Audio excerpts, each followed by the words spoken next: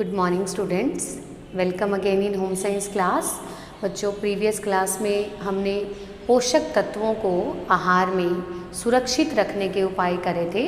आज हमारा टॉपिक है भोजन की पौष्टिकता को बढ़ाने के उपाय।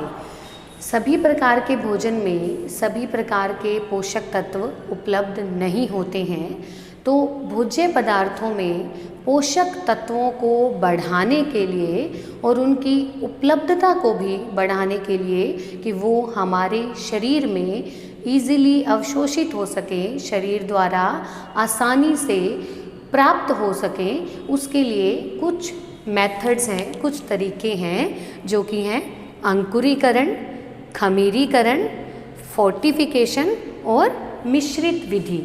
ये 4 मेथड हैं, 4 विधियां हैं जिनके द्वारा हम भोजन में पोषक तत्वों को बढ़ा सकते हैं और साथ ही उन पोषक तत्वों की उपलब्धता को भी बढ़ा सकते हैं कि शरीर आसानी से उनका उपयोग कर सके।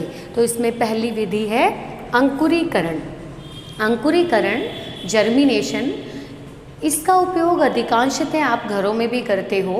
अंकुरीकरण विधि के अंतर्गत साबुत दालों या साबुत अनाजों को लगभग 8 से 10 घंटे तक भिगोया जाता है।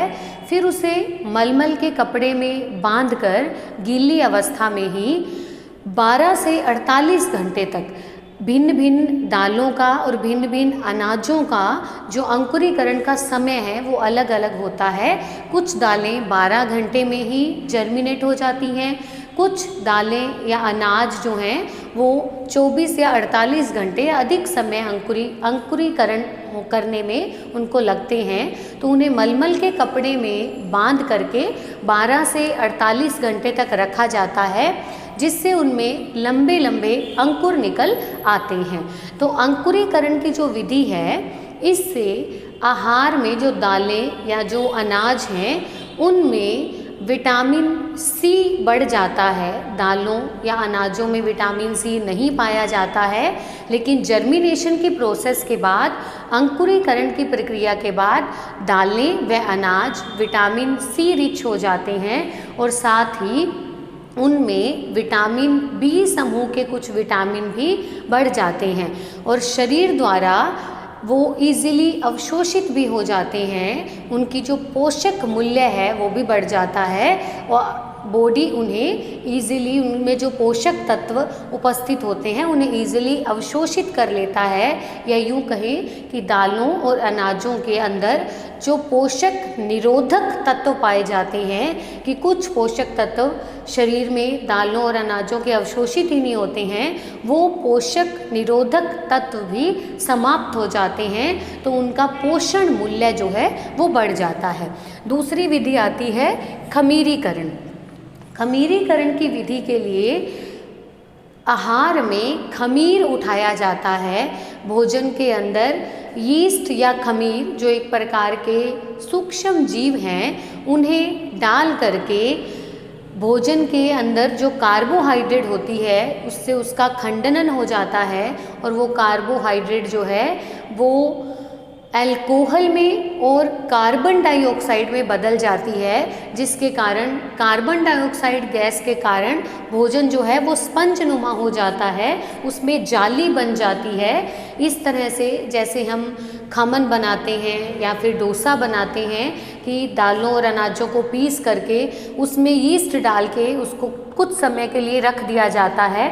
वो यीस्ट एक प्रकार के खमीर जो है एक प्रकार के बैक्टीरिया हैं जो कि कार्बोहाइड्रेट का खंडन कर देते हैं, उसे तोड़ देते हैं और उसे अल्कोहल और कार्बन डाइऑक्साइड में चेंज कर देते हैं। कार्बन डाइऑक्साइड के कारण आहार में एक जालीनुमा स्ट्रक्चर आ जाती है।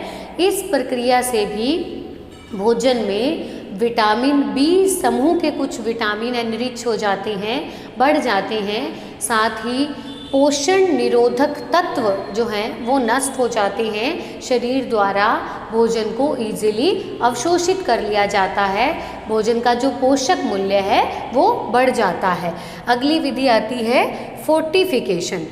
फोर्टिफिकेशन मेथड के अंदर भोजन के अंदर जो पोषक तत्व कम मात्रा में हैं या जो नहीं हैं उनको ऐड किया जाता है सिंथेटिक फॉर्म के अंदर। सिंथेटिक फॉर्म के अंदर सीधे ही उन पोषक तत्वों को भोजन में मिला दिया जाता है, जिससे कि वो आहार, वो भोजन जो है उन पोषक तत्वों से रिच हो जाए। इसका इजीली एग्जाम्पल है जैसे कि नमक के अंदर आयोडीन मिलाकर नमक को आयोडाइज्ड नमक बना दिया गया, जिससे कि जो व्यक्ति नमक का उपयोग करेगा उसे अच्छी मात्रा में आयोडीन की भी प्राप्ति हो जाएगी। तो नमक में आयोडीन को फोर्टिफाइड किया गया। फोर्टिफिकेशन विधि के द्वारा नमक के अंदर आयोडीन मिलाया गया, उसे आयोडीन रिच बनाया गया।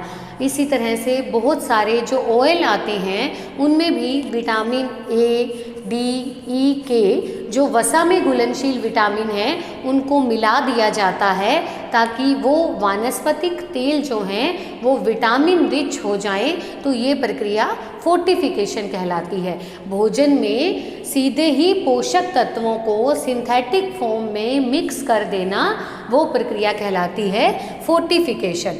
नेक्स्ट आती है मिश्रित विधि। मिश्रित विधि के अंदर जो है कुछ 2 या 3 प्रकार के भोज्य पदार्थों को आपस में मिला दिया जाता है, जिनसे उनका पोषण मूल्य बढ़ जाता है।